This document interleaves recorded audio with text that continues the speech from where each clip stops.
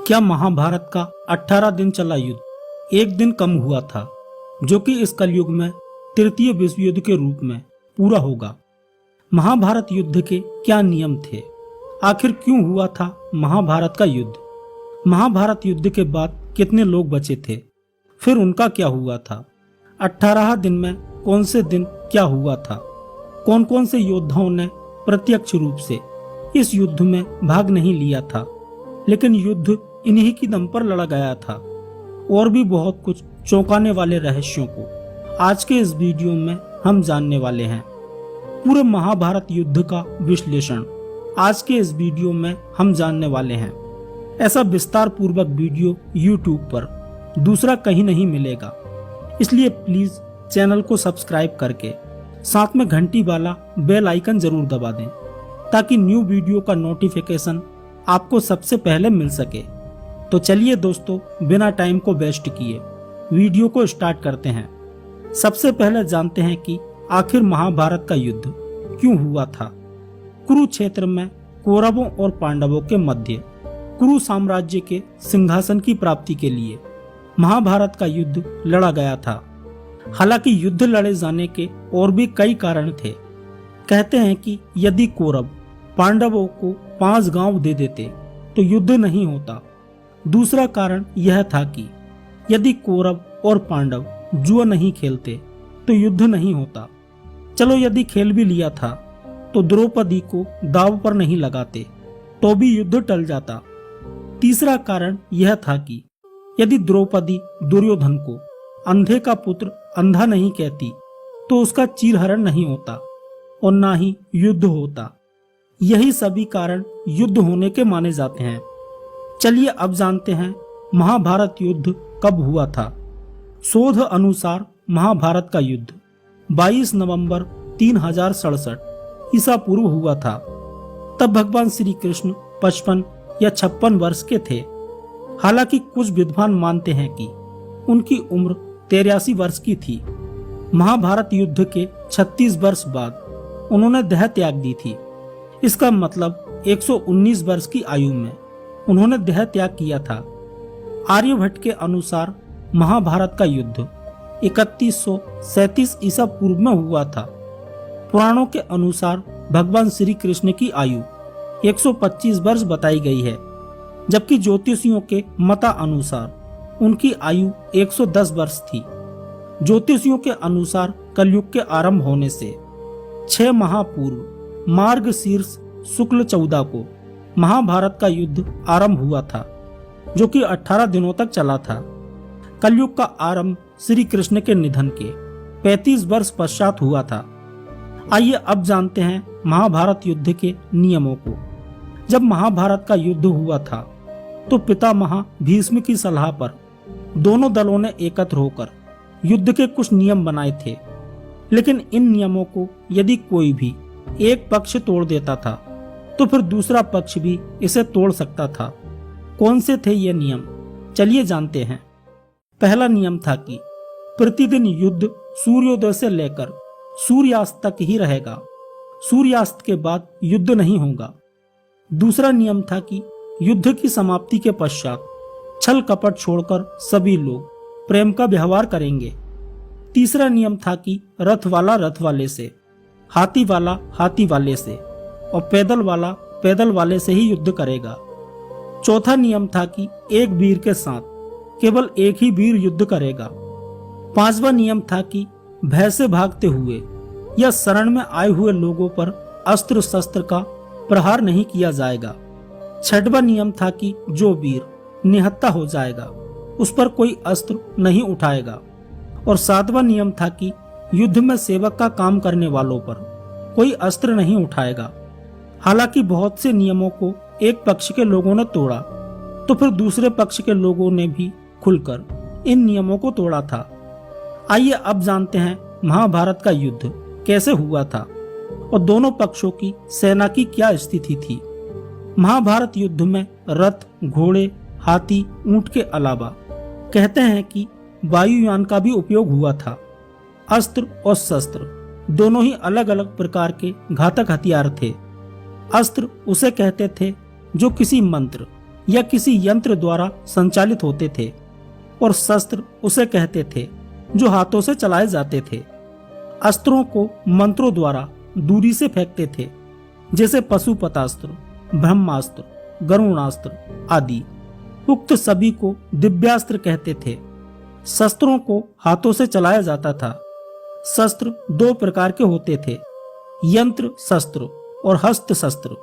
यंत्र शस्त्र के शक्ति, तोमर, पास, बाण सहायक, षण, तीर, परिध, भिंदीपाल, नाराज आदि होते थे, जबकि हस्त शस्त्र के अंतर्गत सृष्टि, गदा, चक्र, वज्र, त्रिशूल, असी, खंजर, खप्पर, खड्ग, चंद्रहास, फरसा, मूसल, परशु, कुंटा, शंकु, पट्टिस, बसी, तलवार, बरछा, बरछी, कुल्हाड़ा, चाकू, भूसुंडी आदि। उक्त सभी से युद्ध लड़ा जाता था।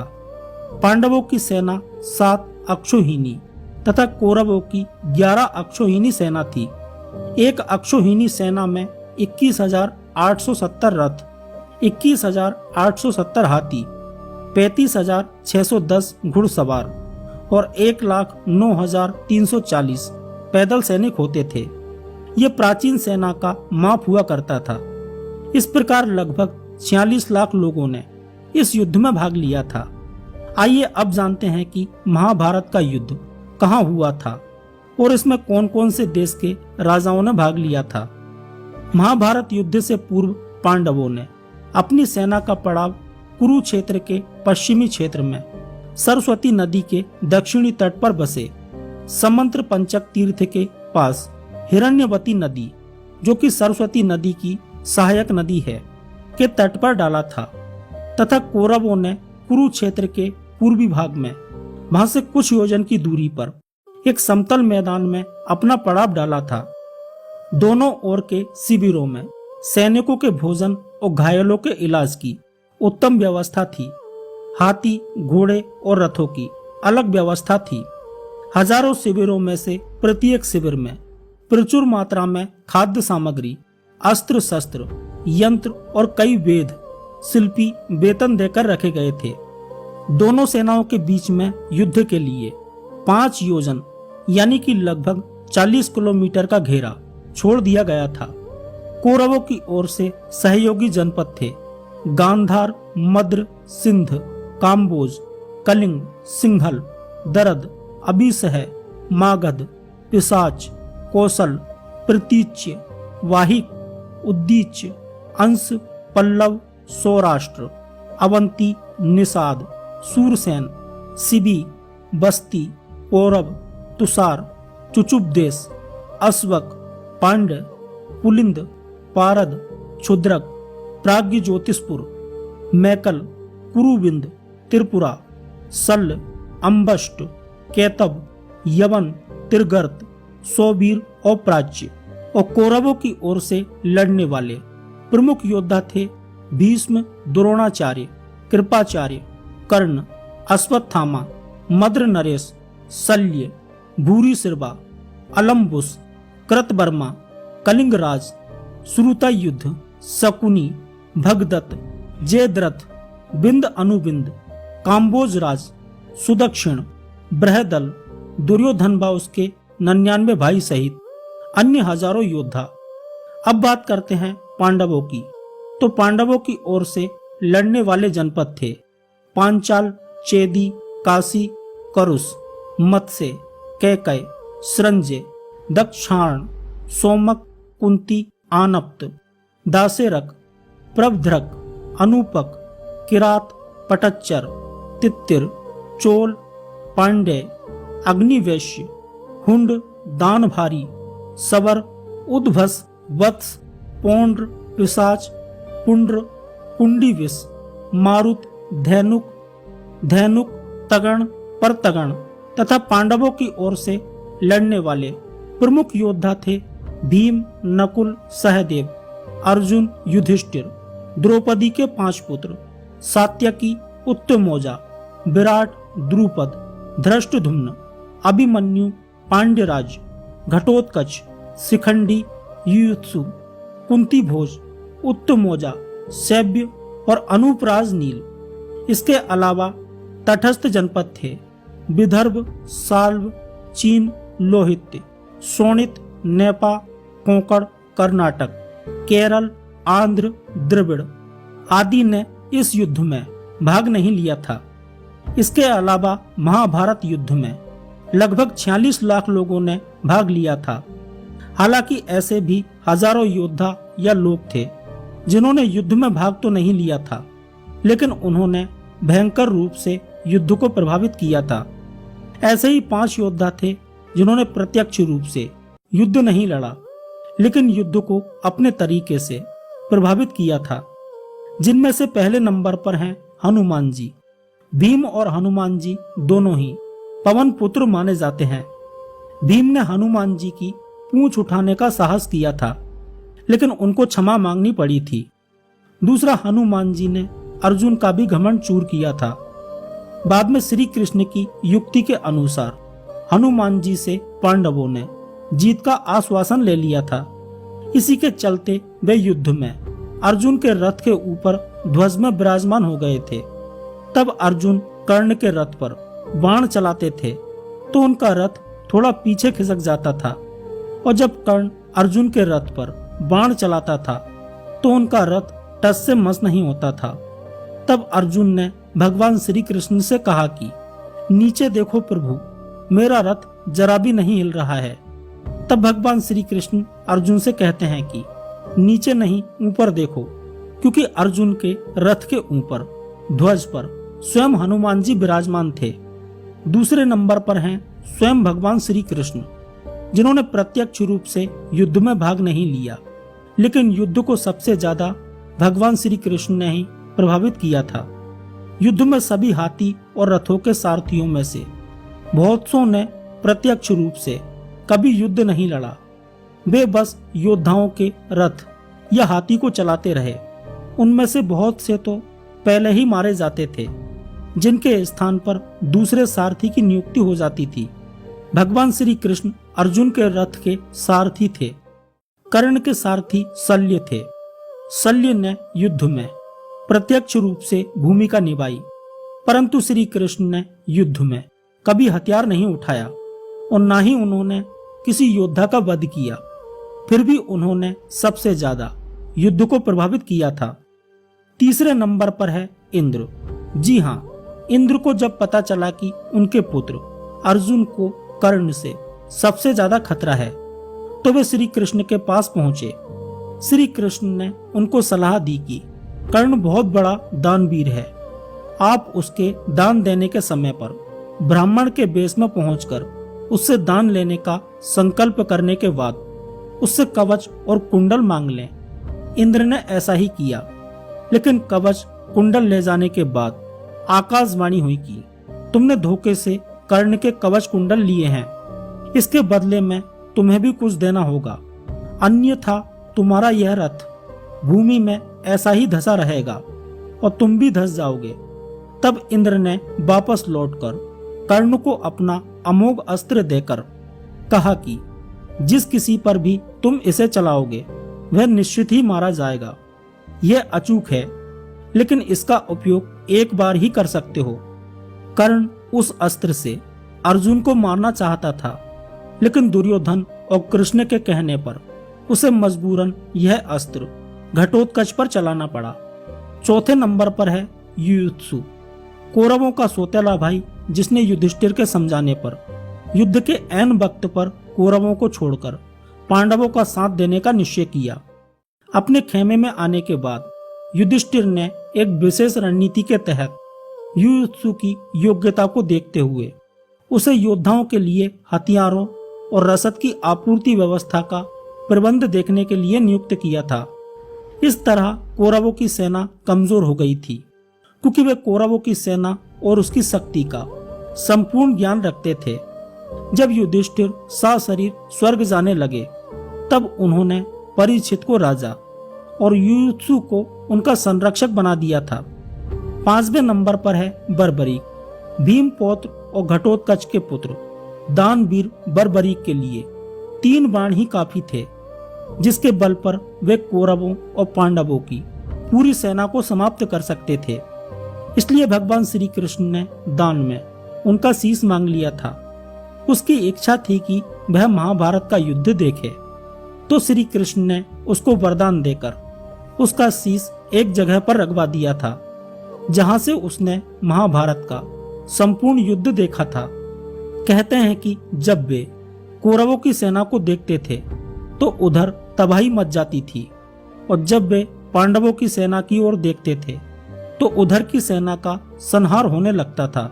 ऐसे में उनका शीश दूर पहाड़ी पर स्थापित कर दिया गया था। युद्ध की समाप्ति पर पांडवों में ही आपसी तनाव हुआ कि युद्ध में विजय का श्रेय किसको दिया जाए। इस पर श्री कृष्ण ने उन्हें सुझाव दिया कि बर्बरीक का शीश संपूर्ण युद्ध का साक्षी है, अतः उससे बेहतर निर्णायक भला कौन हो सकता है। इस पर बर्बरीक के शीश ने उत्तर दिया कि युद्ध भूमि में चारों ओर सिर्फ श्री कृष्ण का सुदर्शन चक्र ही घूमता हुआ दिखाई दे रहा था, जो शत्रु सेना को काट रहा था। महाकाली दुर्गा कृष्ण के आदेश पर शत्रु सेना के रक्त से भरे प्यालों का सेवन कर रही थी। यदि आपको वीडियो पसंद आ रहा है तो प्लीज वीडियो को एक प्यारा सा लाइक जरूर कर दें, और थैंक्स बटन के माध्यम से आप हमें थैंक्स गिफ्ट कर सकते हैं, ताकि सनातन धर्म पर हम और भी अच्छे से रिसर्च करके वीडियोस बनाते रहें। आइए अब जानते हैं महाभारत के 18 दिन चले युद्ध में कौन से दिन क्या हुआ था। प्रथम दिन का युद्ध। प्रथम दिन एक और जहां कृष्ण अर्जुन अपने रथ के साथ दोनों ओर की सेनाओं के मध्य खड़े थे और अर्जुन को गीता का उपदेश दे रहे थे। इसी दौरान भीष्म पितामह ने सभी योद्धाओं को कहा कि अब युद्ध शुरू होने वाला है। इस समय जो भी योद्धा अपना खेमा बदलना चाहे वह स्वतंत्र है, वह जिसकी तरफ से चाहे युद्ध करे। इस घोषणा के बाद धृतराष्ट्र का पुत्र युयुत्सु डंका बजाते हुए कौरव दल को छोड़कर पांडवों के खेमे में चला गया। ऐसा युधिष्ठिर के क्रियाकलापों के कारण संभव हुआ था। श्री कृष्ण के उपदेश के बाद अर्जुन ने देवदत्त नामक शंख बजाकर युद्ध की घोषणा की। इस दिन 10,000 सैनिकों की मृत्यु हुई। भीम ने दुशासन पर आक्रमण किया। अभिमन्यु ने भीष्म का धनुष तथा रथ का ध्वज दंड काट दिया। पहले दिन की समाप्ति पर पांडव पक्ष को भारी नुकसान उठाना पड़ा। विराट नरेश के पुत्र उत्तर और श्वेत क्रमशः शल्य और भीष्म के द्वारा मारे गए। भीष्म द्वारा उनके कई सैनिकों का वध कर दिया गया। यानी पहले दिन कौरवों का पलड़ा भारी रहा और पांडव पक्ष को भारी नुकसान उठाना पड़ा। इसके बाद पांडव पक्ष का दिमाग खिसक गया। फिर दूसरे दिन के युद्ध में कृष्ण के उपदेश के बाद अर्जुन तथा भीष्म, धृष्टद्युम्न तथा द्रोण के मध्य युद्ध हुआ। सात्यकी ने भीष्म के सारथी को घायल कर दिया। द्रोणाचार्य ने धृष्टद्युम्न को कई बार हराया और उसके कई धनुष काट दिए। भीष्म द्वारा अर्जुन और श्री कृष्ण को कई बार घायल किया गया। इस दिन भीम का कलिंगों और निषादों से युद्ध हुआ तथा भीम द्वारा सहस्त्रों कलिंग और निषाद मार गिराए गए। अर्जुन ने भी भीष्म को भीषण संहार मचाने से रोके रखा। कौरवों की ओर से लड़ने वाले कलिंगराज भानुमान, केतुमान, अन्य कलिंग वीर योद्धा मारे गए। यानी दूसरे दिन कौरवों को नुकसान उठाना पड़ा और पांडव पक्ष मजबूत रहा। अब बात करते हैं तीसरे दिन की। तो तीसरे दिन के युद्ध में कौरवों ने गरुण तथा पांडवों के अर्धचंद्राकार जैसी सैन्य व्यूह रचना की। कौरवों की ओर से दुर्योधन तथा पांडवों की ओर से भीम व अर्जुन सुरक्षा कर रहे थे। इस दिन भीम ने घटोत्कच के साथ मिलकर दुर्योधन की सेना को युद्ध से भगा दिया। यह देखकर भीष्म भीषण संहार मचा देते हैं। श्री कृष्ण अर्जुन को भीष्म का वध करने को कहते हैं, परंतु अर्जुन उत्साह से युद्ध नहीं कर पाता, जिससे श्री कृष्ण स्वयं भीष्म को मारने के लिए उद्धत हो जाते हैं। परंतु अर्जुन उन्हें प्रतिज्ञा रूपी आश्वासन देकर कौरव सेना का भीषण संहार करते हैं। वे एक दिन में ही समस्त प्राच्य, सौवीर, क्षुद्रक और मालव क्षत्रिय गणों को मार गिराते हैं। भीम के बाण से दुर्योधन अचेत हो गया और तभी उसका सारथी रथ को भगा ले गया। भीम ने सैकड़ों सैनिकों को मार गिराया। इस दिन भी कौरवों को ही अधिक क्षति उठाना पड़ी। उनके प्राच्य, सौवीर, क्षुद्रक और मालव वीर योद्धा मारे जाते हैं। लेकिन इस दिन दोनों ही पक्ष ने डटकर मुकाबला किया। चौथे दिन के युद्ध में कौरव पक्ष को भारी नुकसान हुआ। इस दिन कौरवों ने अर्जुन को अपने बाणों से ढक दिया, परंतु अर्जुन ने सभी को मार भगाया। भीम ने तो इस दिन कौरव सेना में हाहाकार मचा दी थी। दुर्योधन ने अपनी गज सेना भीम को मारने के लिए भेजी, परंतु घटोत्कच की सहायता से भीम ने उन सबका नाश कर दिया और 14 कौरवों को भी मार गिराया। परंतु राजा भगदत्त द्वारा जल्द ही भीम पर नियंत्रण पा लिया गया। बाद में भीष्म को भी अर्जुन और भीम ने भयंकर युद्ध करके कड़ी चुनौती दी। इस दिन भी पांडव पक्ष ही ज्यादा मजबूत रहा।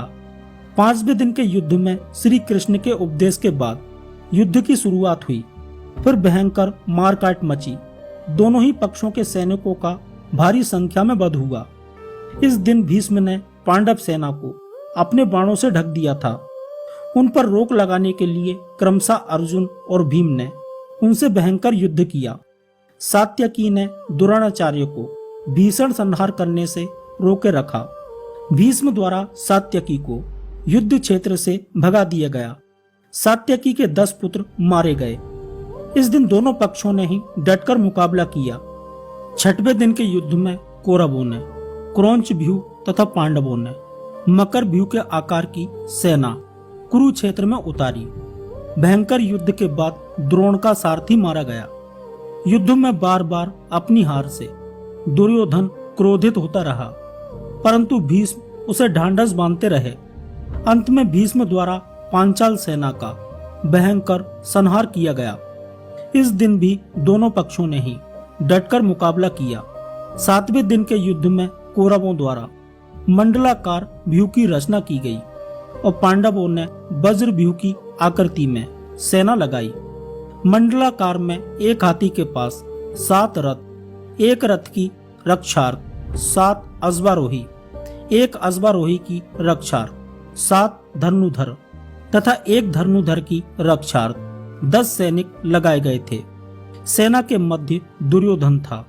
वज्राकार में 10 मोर्चों पर घमासान युद्ध हुआ। इस दिन अर्जुन अपनी युक्ति से कौरव सेना में भगदड़ मचा देता है। धृष्टद्युम्न दुर्योधन को युद्ध में हरा देता है। अर्जुन पुत्र इरावन द्वारा बिंद और अनुबिंद को हरा दिया जाता है। भगदत्त घटोत्कच को और नकुल सहदेव मिलकर शल्य को युद्ध क्षेत्र से भगा देते हैं। यह देखकर एक बार भीष्म फिर से पांडव सेना का भयंकर संहार करते हैं। विराट पुत्र शंख के मारे जाने से इस दिन कौरव पक्ष की क्षति होती है। इस दिन भी दोनों पक्षों ने ही डटकर मुकाबला किया। 8वें दिन के युद्ध में कौरवों ने कछुआ व्यूह तो पांडवों ने 3 शिखरों वाला व्यूह रचा। पांडव पुत्र भीम धृतराष्ट्र के 8 पुत्रों का वध कर देते हैं। अर्जुन की दूसरी पत्नी उलूपी के पुत्र इरावन का बकासुर के पुत्र अम्बुलुस के द्वारा वध कर दिया जाता है। घटोत्कच द्वारा दुर्योधन पर शक्ति का प्रयोग, परंतु बंग नरेश ने दुर्योधन को हटाकर शक्ति का प्रहार स्वयं के ऊपर ले लिया था तथा बंग नरेश की मृत्यु हो जाती है। इस घटना से दुर्योधन के मन में मायावी घटोत्कच के प्रति भय व्याप्त हो जाता है। तब भीष्म की आज्ञा से भगदत्त घटोत्कच को हराकर भीम, युधिष्ठिर व अन्य पांडव सैनिकों को पीछे ढकेल देता है। दिन के अंत तक भीमसेन धृतराष्ट्र के 9 और पुत्रों का वध कर देता है। दोनों पक्षों को नुकसान उठाना पड़ा, लेकिन दोनों पक्षों ने डटकर मुकाबला किया। 9वें दिन के युद्ध में कृष्ण के उपदेश के बाद भयंकर युद्ध हुआ, जिसके चलते भीष्म ने बहादुरी दिखाते हुए अर्जुन को घायल कर उनके रथ को जर्जर कर दिया। युद्ध में आखिरकार भीष्म के भीषण संहार को रोकने के लिए कृष्ण को अपनी प्रतिज्ञा तोड़नी पड़ती है। उनके जर्जर रथ को देखकर श्री कृष्ण रथ का पहिया लेकर भीष्म पर झपटते हैं, लेकिन वे शांत हो जाते हैं। परंतु इस दिन भीष्म पांडवों की सेना का अधिकांश भाग समाप्त कर देते हैं। इस दिन कौरवों का पक्ष ज्यादा मजबूत रहा। 10वें दिन के युद्ध में भीष्म द्वारा बड़े पैमाने पर पांडवों की सेना को मार देने से घबराए पांडव पक्ष में भय फैल जाता है। तब श्री कृष्ण के कहने पर पांडव भीष्म के सामने हाथ जोड़कर उनसे उनकी मृत्यु का उपाय पूछते हैं। भीष्म कुछ देर सोचने पर उपाय बता देते हैं। इसके बाद भीष्म पांचाल तथा मत्स्य सेना का भयंकर संहार कर देते हैं। फिर पांडव पक्ष युद्ध में भीष्म के सामने शिखंडी को युद्ध करने के लिए लगा देते हैं। युद्ध क्षेत्र में शिखंडी को सामने डटा देखकर भीष्म ने अपने अस्त्र त्याग दिए। इस दौरान बड़े ही बेमन से अर्जुन ने अपने बाणों से भीष्म को छेद दिया। भीष्म बाणों की सरसैया पर लेट गए। भीष्म ने बताया कि वे सूर्य के उत्तरायण होने पर ही शरीर छोड़ेंगे, क्योंकि उन्हें अपने पिता शांतनु से इच्छा मृत्यु का वरदान प्राप्त था। इस दिन पांडवों का पक्ष ज्यादा मजबूत रहा। 11वें दिन के युद्ध में भीष्म के सरसैया पर लेटने के बाद 11वें दिन के युद्ध में कर्ण के कहने पर द्रोण सेनापति बनाए जाते हैं। 11वें दिन सुशर्मा तथा अर्जुन, शल्य तथा भीम, सात्यकी तथा कर्ण और सहदेव तथा शकुनी के मध्य युद्ध हुआ। कर्ण भी इस दिन पांडव सेना का भयंकर संहार करता है। दुर्योधन और शकुनी द्रोण से कहते हैं कि वे युधिष्ठिर को बंदी बना लें तो युद्ध अपने आप ही खत्म हो जाएगा। तो जब दिन के अंत में द्रोण युधिष्ठिर को युद्ध में हराकर उसे बंदी बनाने के लिए आगे बढ़ते ही हैं कि अर्जुन आकर अपने बाणों की वर्षा से उन्हें रोक देता है। नकुल युधिष्ठिर के साथ थे, वह अर्जुन भी वापस युधिष्ठिर के पास आ गए। इस प्रकार कौरव युधिष्ठिर को नहीं पकड़ सके। पांडव पक्ष की तरफ से विराट का वध इसी दिन हुआ था। इस दिन कौरव पांडवों पर भारी पड़े। अभी तक युद्ध बिल्कुल टक्कर में चल रहा था, क्योंकि किसी दिन पांडव तो किसी दिन कौरव भारी पड़ते हैं। 12वें दिन के युद्ध में, कल के युद्ध में अर्जुन के कारण युधिष्ठिर को बंदी न बना पाने के कारण शकुनी व दुर्योधन अर्जुन को युधिष्ठिर से काफी दूर भेजने के लिए त्रिगर्त देश के राजा को उससे युद्ध कर उसे वहीं युद्ध में व्यस्त बनाए रखने को कहते हैं। वे ऐसा करते भी हैं, परंतु एक बार फिर अर्जुन समय पर पहुंच जाता है और द्रोण असफल हो जाते हैं। होता यह है कि जब त्रिगर्त अर्जुन को दूर ले जाते हैं, तब सात्यकी युधिष्ठिर के रक्षक थे। वापस लौटने पर अर्जुन ने पूर्वोत्तर का कोई राज्य के राजा भगदत्त को अर्धचंद्र को बाण से मार डाला। सात्यकी ने द्रोण के रथ का पहिया काटा और उसके घोड़े को मार डाला। द्रोण ने अर्धचंद्र बाण द्वारा सात्यकी का सिर काट लिया। सात्यकी ने कौरवों के अनेक उच्च कोटि के योद्धाओं को मार डाला था, जिनमें से प्रमुख जलसंधि, त्रिगर्तों की गज सेना, सुदर्शन, मिलेच्छों की सेना, भूरी सिरवा, कर्णपुत्र प्रसन्न थे। युद्ध भूमि में सात्यकी को भूरी सिरवा से कड़ी टक्कर झेलनी पड़ी। हर बार सात्यकी को कृष्ण और अर्जुन ने बचाया। इस दिन जहां पांडव पक्ष से द्रुपद और कौरव पक्ष से त्रिगर्त नरेश मारा गया, इस दिन दोनों पक्षों ने डटकर मुकाबला किया। 13वें दिन के युद्ध में कौरवों ने चक्रव्यूह की रचना की। इस दिन दुर्योधन राजा भगदत्त को अर्जुन को व्यस्त बनाए रखने को कहते हैं। भगदत्त युद्ध में एक बार फिर से पांडव वीरों को भगाकर भीम को एक बार फिर हरा देते हैं। फिर अर्जुन के साथ भयंकर युद्ध करते हैं। श्री कृष्ण भगदत्त के वैष्णव अस्त्र को अपने ऊपर ले उससे अर्जुन की रक्षा करते हैं। अंततः अर्जुन भगदत्त की आंखों की पट्टी को तोड़ देता है, जिससे उसे दिखना बंद हो जाता है और अर्जुन इस अवस्था में ही छल से उनका वध कर देता है। इसी दिन द्रोण युधिष्ठिर के लिए चक्रव्यूह रचते हैं, जिसे केवल अभिमन्यु तोड़ना जानता था, परंतु निकलना नहीं जानता था। अतः अर्जुन युधिष्ठिर, भीम आदि को उसके साथ भेजता है, परंतु चक्रव्यूह के द्वार पर वे सब के सब जयद्रथ द्वारा शिव के वरदान के कारण रोक दिए जाते हैं। और केवल अभिमन्यु ही प्रवेश कर पाता है। कर्ण के कहने पर सातों महारथियों कर्ण, जयद्रथ, द्रोण, अश्वत्थामा, दुर्योधन, लक्ष्मण तथा शकुनी ने एक साथ अभिमन्यु पर आक्रमण किया। लक्ष्मण ने जो गदा अभिमन्यु के सिर पर मारी, वही गदा अभिमन्यु ने लक्ष्मण को फेंककर मारी। इससे दोनों की उसी समय मृत्यु हो गई। अभिमन्यु के मारे जाने का समाचार सुनकर जयद्रथ को कल सूर्यास्त्र के पूर्व मारने की अर्जुन ने प्रतिज्ञा की, अन्यथा अग्नि समाधि ले लेने का वचन दिया। इस दिन कौरव पक्ष ज्यादा मजबूत रहा। 14वें दिन के युद्ध में अर्जुन की अग्नि समाधि वाली बात सुनकर कौरव पक्ष में हर्ष व्याप्त हो जाता है और फिर वे यह योजना बनाते हैं कि आज युद्ध में जयद्रथ को बचाने के लिए सब कौरव योद्धा अपनी जान की बाजी लगा देंगे।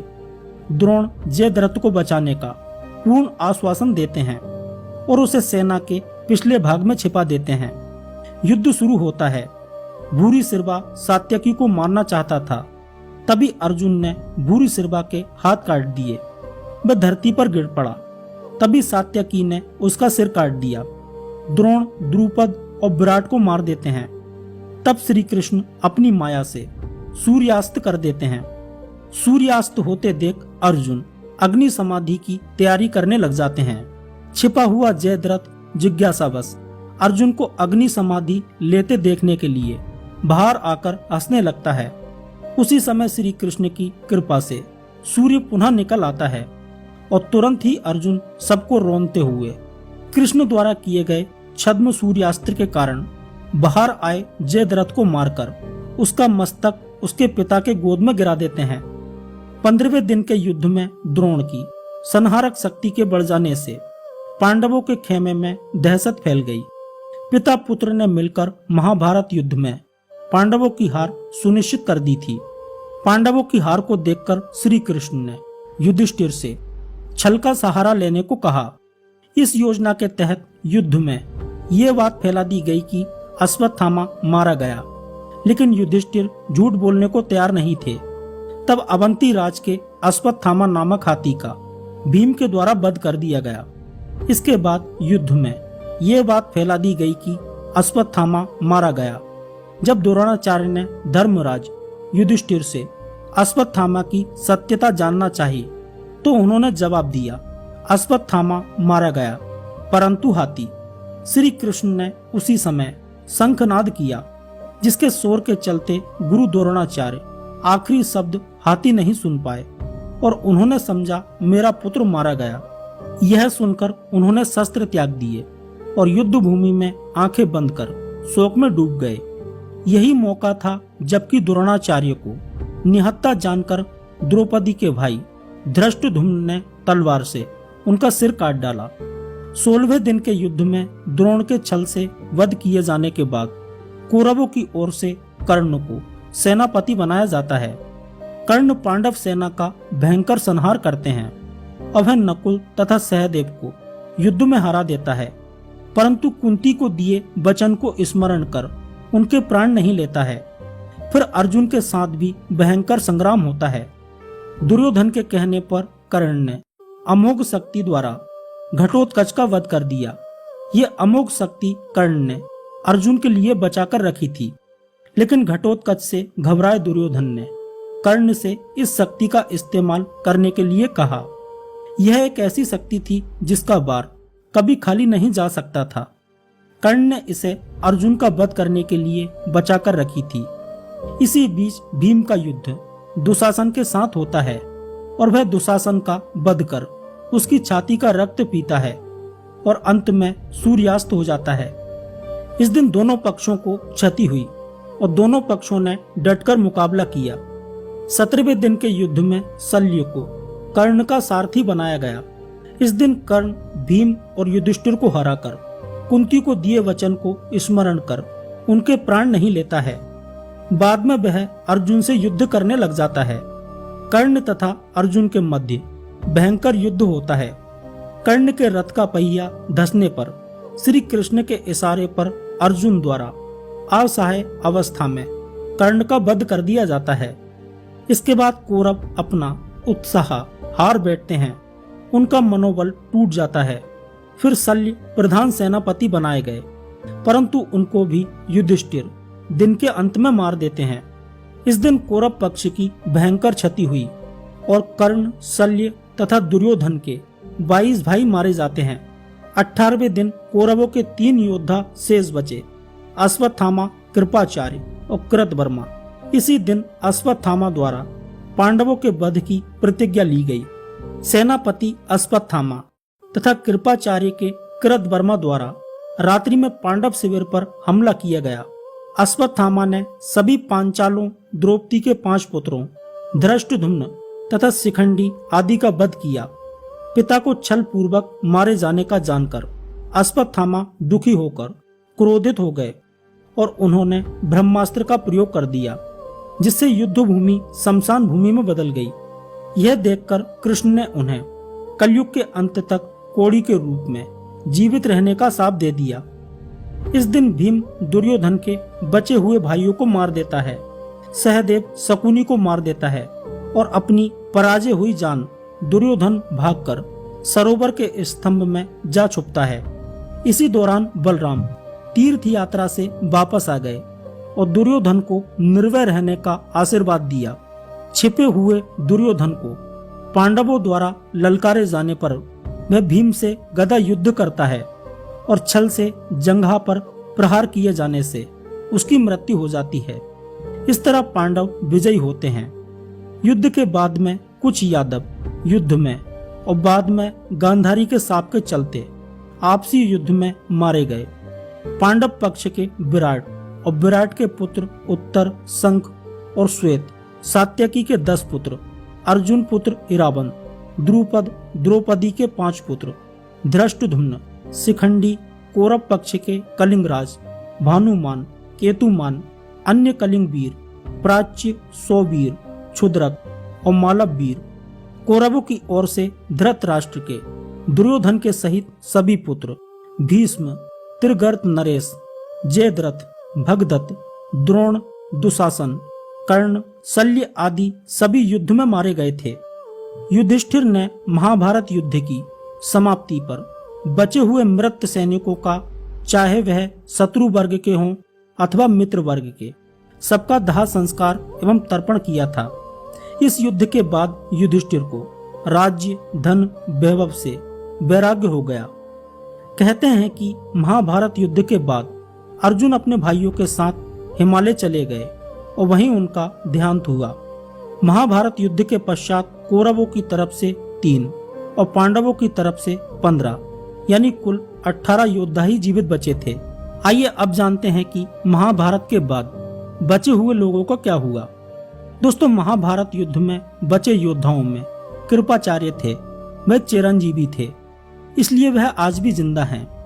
कृपाचार्य अश्वत्थामा के मामा तथा पांडवों के कुल गुरु थे। महाभारत युद्ध में यह कौरवों की तरफ से सक्रिय थे। इसके अलावा जो कृतवर्मा थे वह यादव थे और यह भोजराज हृदिक के पुत्र तथा कौरव पक्ष के अतिरथी योद्धा थे।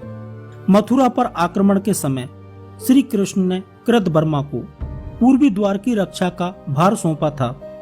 कृतवर्मा ने बाण के मंत्री कुंभकर्ण को हराया था। सांप के चलते यादवों के युद्ध में वे भी मारे गए। सात्यकी ने कृतवर्मा का सिर धड़ से अलग कर दिया था। इसके अलावा अश्वत्थामा के बारे में तो आप जानते ही होंगे, जिनके बारे में मैंने कई वीडियोस में आपको बताया है। इसके अलावा सात्यकी, महाभारत युद्ध में सात्यकी पांडवों की ओर से लड़ने वाले यादव योद्धा थे। सात्यकी ने कौरवों के अनेक उच्च कोटि के योद्धाओं को मार डाला था और वह भी मारे गए थे। कुछ यादव युद्ध में और बाद में गांधारी के शाप के चलते आपसी युद्ध में मारे गए थे। युद्ध के बाद शाप के चलते श्री कृष्ण के कुल में भी आपसी युद्ध शुरू हुआ, जिसमें श्री कृष्ण के पुत्र आदि सभी मारे गए। बलराम ने यह देखकर समुद्र के किनारे जाकर समाधि ले ली। श्री कृष्ण को प्रभास क्षेत्र में एक बहेलियन ने पैर में तीर मार दिया, जिसे कारण बनाकर उन्होंने देह त्याग दी।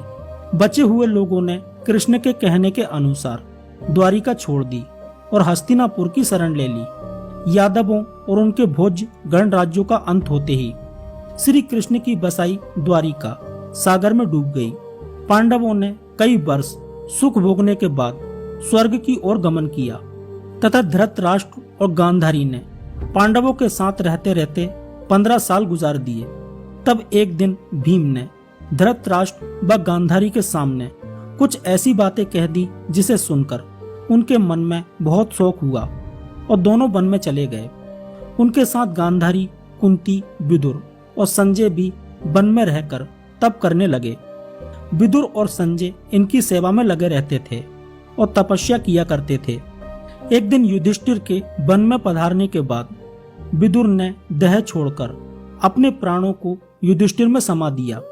फिर एक दूसरे दिन जब धृतराष्ट्र और अन्य गंगा स्नान कर आश्रम आ रहे थे, तभी वन में भयंकर आग लग गई।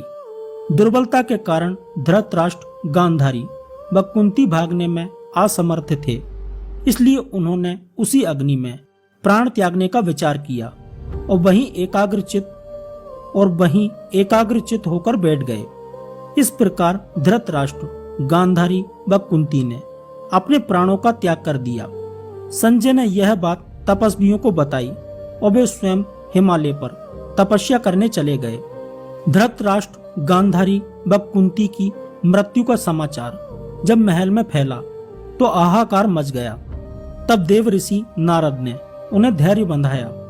युधिष्ठिर ने विधि पूर्वक सभी का श्राद्ध कर्म करवाया और दान दक्षिणा देकर उनकी आत्मा की शांति के लिए संस्कार किए। इस तरह एक एक करके सभी लोग इस पृथ्वी को छोड़कर चले गए और सारा राजपाट परीक्षित को सौंप गए।